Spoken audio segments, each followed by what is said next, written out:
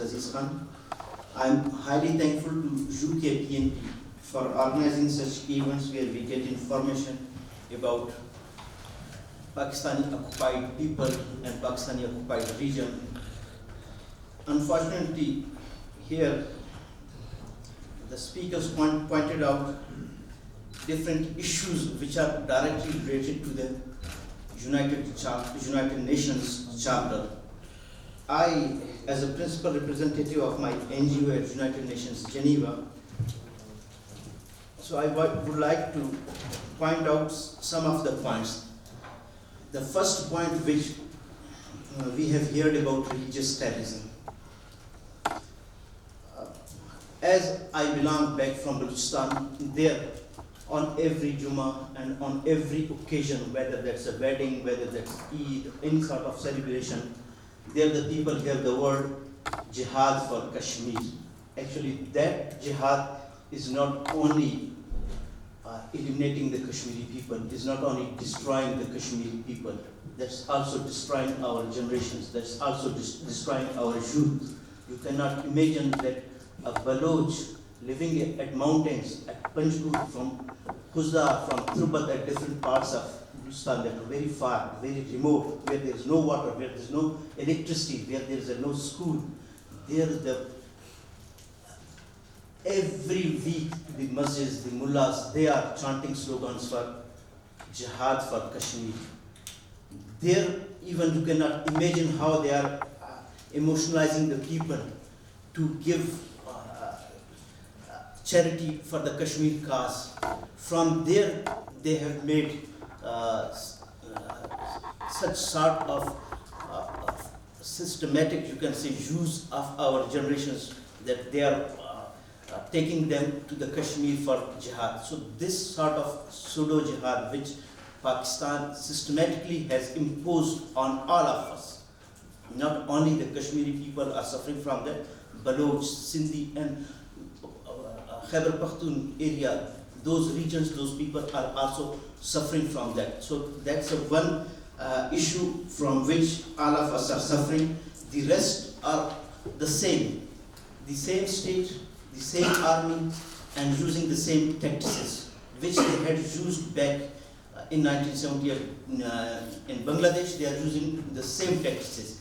First, eliminate the professors, teachers, youths, writers, whoever write something becomes a victim of enforced disappearances. You cannot imagine at Turbat, where that was a remote area where the people are not allowed to purchase books. The books are not allowed. Why? Because those books do not propagate for jihad.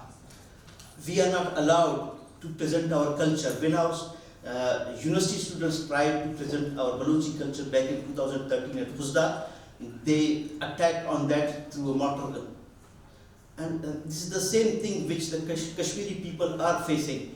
We are not seeing the Kashmiri culture. The people who are living inside Pakistan, they do not know about Kashmir. What is their cuisine, what is their culture, what are their clothes, what are their embroideries. When we come out here, we see, oh, this is a Kashmiri shawl.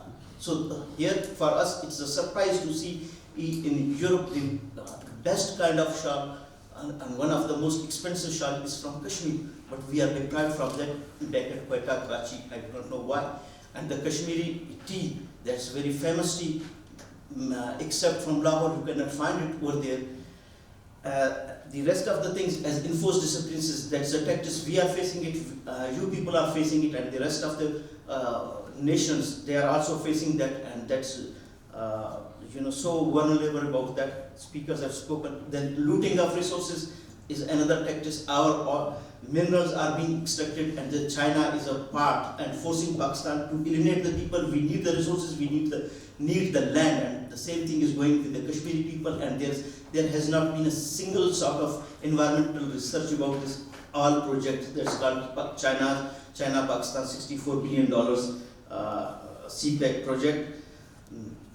And about that, the speakers earlier have spoken about the freedom of expression. I have seen many programs of your party at Rawalpindi, Islamabad, where UK PNP party members, including the women, they have chanted slogans, they have raised their voice, they have raised their concern that we are deprived from freedom of expression. And the same way, you cannot imagine what is the state of freedom of expression in Balochistan.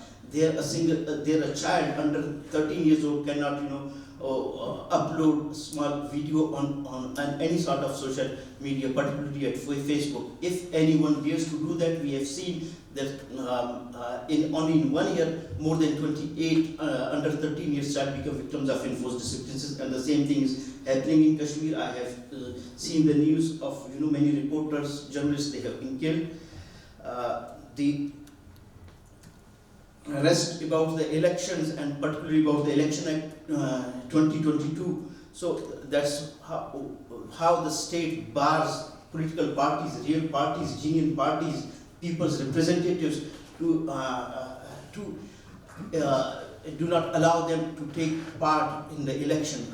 And unfortunately, Kashmir is a part that is being controlled through a secretary, and that is imposed on the Kashmiri people, on the Kashmiri elected representatives through Islamabad, and because of that, the people have been suffering. And even till date, I have not heard any Kashmiri has been elected to that post.